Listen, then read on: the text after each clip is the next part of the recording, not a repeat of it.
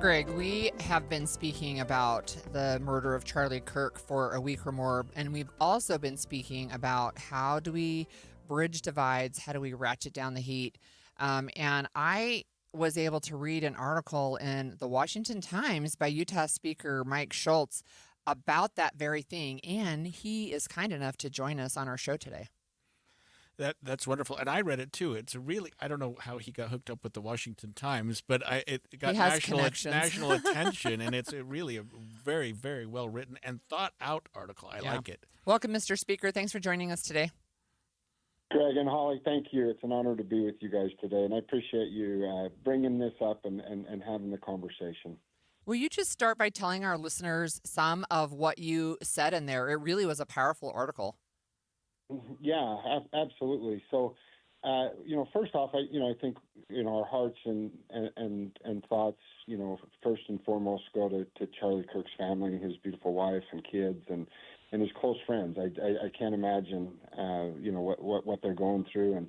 And then also for those that were there on that day. I mean, I know most of us saw a lot of things on social media and in the news and different things that we probably wish we hadn't have seen, because there's so many different cameras, so many different cell phone videos going around, and some of those things are hard to take back. I can't imagine actually being there and having to witness that and the firsthand. And so, but and then obviously, I think the next thing that comes to mind is why does something like that have to happen in Utah? As a Utah leader, that was what came right next after those first thoughts. And, why did it have to be Utah? We very much pride ourselves in Utah being the best managed state in the nation, the number one most giving back state in the nation, lowest poverty rate in the nation, one of the lowest crime rates in the nation. And so we have a really good reputation on the national front, and then all of a sudden something like this happens in Utah, something so horrific and tragic. It was really, really scary, but I really sad. But I could not have been more proud in the way Utah came together and handled it. The citizens came together instead of doing, violence and riots and things like that have happened in the past. We came together, we prayed, we held vigils.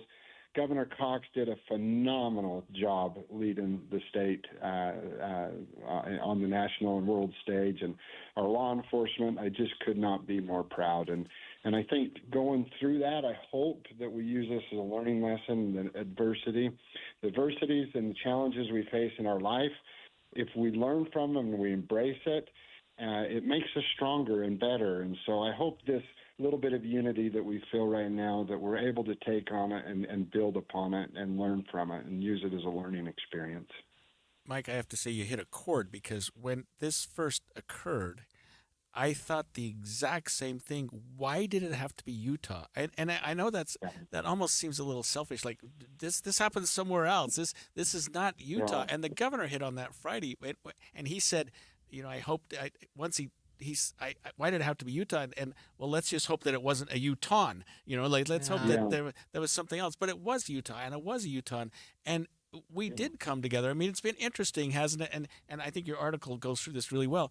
How we've done in the days since, and how we're continuing to, like, for example, UVU's got things on campus to help the people that were there. But Utah's really risen to the occasion, haven't they? They really have, and I could not be more proud of the way that Utah's came together on this and shown, I believe, the right way forward. And, something else, too, that, I hit on a little bit in the article that I really want to bring up, and, you talk about UVU and the college campus, and is, this is a learning opportunity for our kids that are watching this, because it happened on a college campus, because Charlie Kirk was either so popular or so divisive with the younger crowd. People knew who he was. Kids knew who Charlie Kirk is. And, so I don't think this is true for just college students. I think it's true for high school students as well. But they're watching us. Our kids are watching us at this moment in time and how we lead moving forward. And so I hope that we can continue as a state to come together. Governor Cox can still lead us through this, because our kids are watching us and I hope they learn. And Governor Cox hit on the point with our kids. Hey, now's an opportunity for you to see what you don't like in society and to go out and change it. And so I hope that we use that as a learning experience to build upon as well moving forward. So there's a part in here just before that paragraph, actually, that you're just describing that really stood out to me as well. The path forward is not rooted in anger or retaliation, and it begins with a firm commitment that political violence is never acceptable. And this is what really stood out. Not when it happens to people we agree with, and not when it happens to those we oppose. To excuse it once is to invite it in next time. Can you weigh in on that a little bit more? Yeah, I absolutely. It's so easy to if it happens on your side or against your side to have a certain reaction.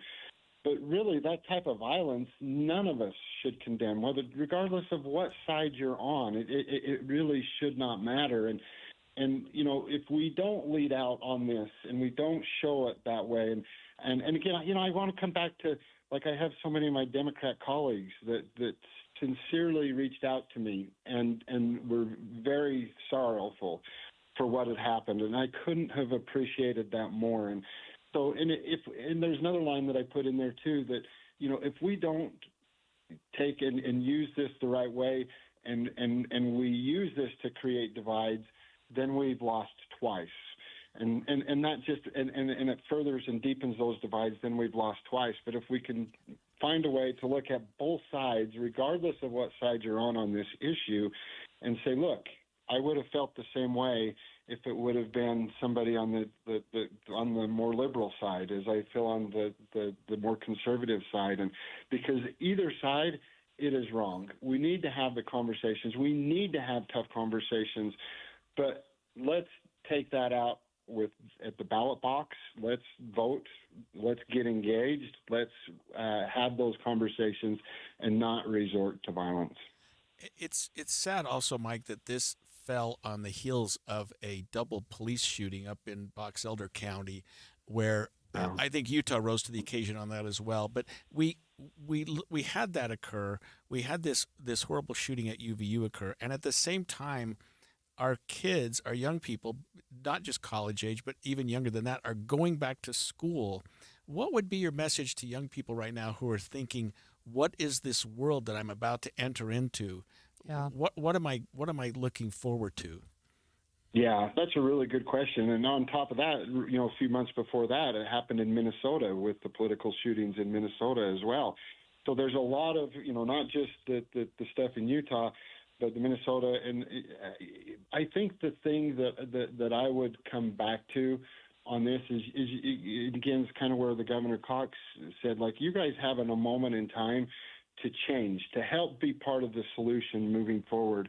But I think one of the things that I point out to, and I think it's okay, I think it's 100% okay to feel sorrowful, to feel all the feelings that you're going to feel, but that we shouldn't live in fear around this. We still have to live our lives.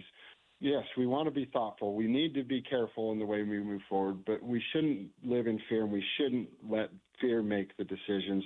But we're thoughtful in the approach forward, and that we look to change things as we're moving forward. Thank you so much for joining us. We've been speaking with Utah House Speaker Mike Schultz, who wrote a really powerful article in the Washington Times on moving forward.